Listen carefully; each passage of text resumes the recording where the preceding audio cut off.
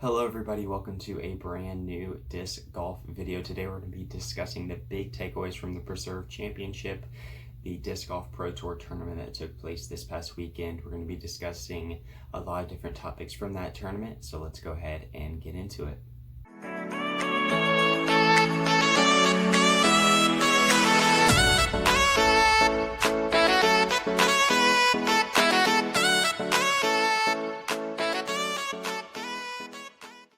So the biggest takeaway for me is Nico Castro picking up a victory, and honestly, pretty shocking to me that Nico was able to win this tournament considering he's not the longest thrower, but he made the most of those force over shots, the flex shots this weekend, and he really performed amazing out on the course.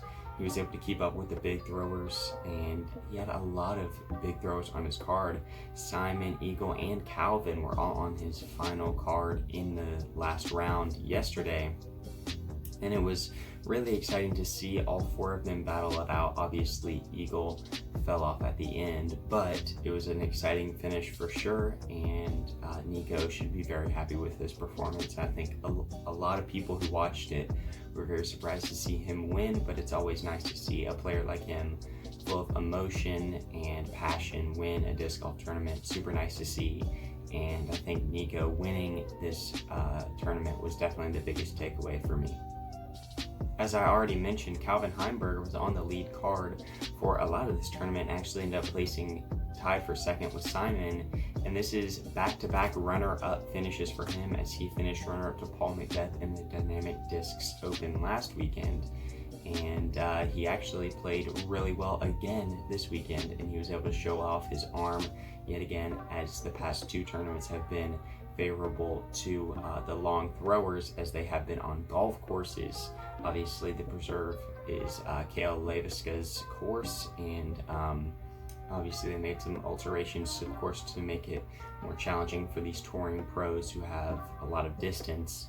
But Calvin obviously continues to show his dominance and played really well this weekend. Couldn't get it done in the end, but second place is nothing to be ashamed of, especially doing it back-to-back weekends, and he played really good again, and I think he's just showing everybody that he is definitely in the top 5 touring pros right now, and he's doing such a good job keeping consistent scores, and Calvin is playing good, and I think the next tournament we'll see him in the top 5 yet again. So another good performance from Calvin Heimberg gets him very high on my list for disc golfers to watch in this season.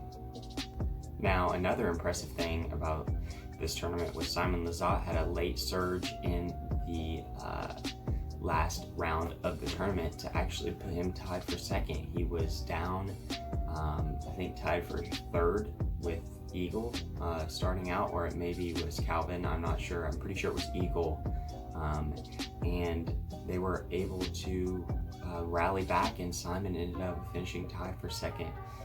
Got a nice birdie on hole 17, which put a lot of pressure on Nico and Calvin for 18. Unfortunately, he was not able to keep up on hole 18 as his drive was actually shoved down by the wind, which was honestly a really interesting factor because the first 2 days of this tournament, it was super calm conditions without any wind, and the third day for the final round, there was actually some wind that made players question their original decisions of discs to throw, and I think that impacted some of the rounds as they weren't as dominant. Obviously, Emerson Keith shot 16 down on the final round, but overall, if you look at the lead card coverage for the final round, it wasn't as impressive as the first 2 rounds. You could see more players struggle with hitting their lines. The wind was definitely a factor, and it actually ended up costing Simon a chance for a playoff or even the win on the final hole, as it kind of shoved him down, left him short off his initial drive, and he wasn't able to get it close enough for the eagle look. But he did have a very impressive surge in this tournament, played really well. Obviously, he was limited to only backhands because of his arm being sore, and he didn't want to do anything to damage anything in his arm by throwing a lot of forehands. So playing backhand only, getting tied for second, very impressive performance from Simon Lizotte as he comes out, and this course was definitely made to his strong suit, but he played well, and I think his late surge is something that cannot be ignored. Now, although Simon could not throw forehands, we were able to see some surprisingly good forehands from some touring pros that we normally don't see throw forehands that often, as we saw Nico Locastro use the forehand a lot in the tournament. Considering it's a long bomber course, he was able to use the forehand on a lot of upshots and a lot of drives even to contend with the pros. And we also saw this out of Kevin Jones as well. Even though he didn't finish as high on the leaderboard, his forehand was very impressive, as he's definitely been working on it on the off season, and it definitely shows, as I have a clip from round 1 that you're going to see in this video that shows kind of Kevin Jones' improvement on his forehand.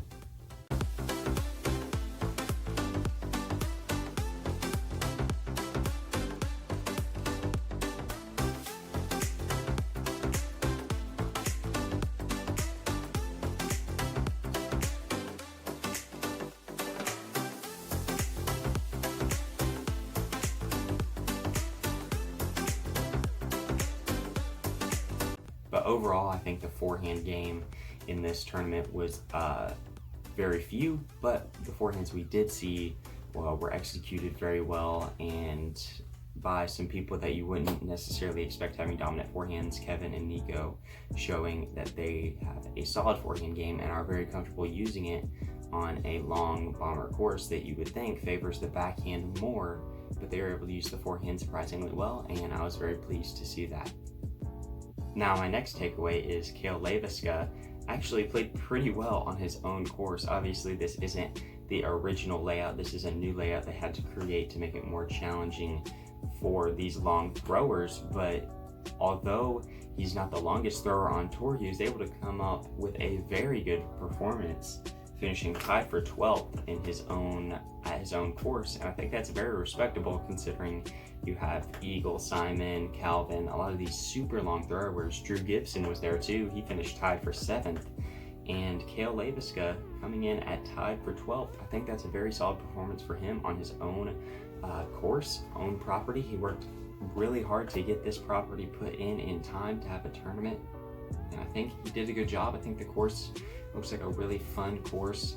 And as the announcer said, kind of all weekend, no matter what platform you watched it on, if you watched it on the Disc Golf Pro Tour or Jomez Pro, they were all talking about how this course is a race. Like, you have to get birdies on birdies on birdies to keep up with the leaders. And Nico and Calvin, all these people on the lead card, had amazing rounds, shooting so many solid rounds under par that they were able to contend and battle for the win. And that's one thing that I was really pleased to see Kale do. Obviously, he's not the longest thrower. He's a very smooth thrower, but he showed everybody that he is really good at his own course. And I thought that was an interesting thing to take a look at. So that is another takeaway from me. And my final takeaway from this tournament is something that I don't think a lot of people will notice, but I touched on it in my last video, my takeaways from the Dynamic Discs Open. If you have not seen that video, I'll have it in an iCard for you guys in this video, so definitely watch that if you haven't seen it already. But the Dynamic Discs team performed very poorly in the DDO last weekend, and it was kind of disappointing to see them struggle so much on their own course. But the Dynamic Discs team bounced back this weekend, as their number 1 performer was Eric Oakley, finishing tied for 17th at 29 under, and Jake Lauber finishing tied for 22nd at 28 under. Obviously not a top 10 finish for the Dynamic Discs team, but they actually did play really well, and especially on a long bomb course like that, Dynamic Discs as a team doesn't have one of those big name long throwers in their lineup, and they were able to bounce back from their poor performance on their own tournament and play really well. So I thought that was very encouraging for them. They should be proud. Dynamic Discs should be encouraged to see that their team can bounce back after a rough performance, and I think that's really important on a competitive pro tour like disc golf, where you have a bad week but you're able to bounce back with a good week. And I think those two guys played really well, especially, and being a Dynamic Discs thrower, I definitely hope they will continue to improve on the tour. And that is my final takeaway from this event. But overall, guys, those are my takeaways from the Preserve Championship. If you guys did enjoy this video, make sure to leave a like and subscribe. You can find coverage of the Preserve Championship on the Disc Golf Network, Jomez Pro, Par Save Production, Central Coast Disc Golf, GK Pro. So many YouTube channels that you can watch this coverage if you haven't seen it already. These are my takeaways from the event, but I definitely recommend you guys watching the actual rounds themselves. Very entertaining stuff. But that is it for this video. Thank you guys so much for watching, and I will see you in the next one.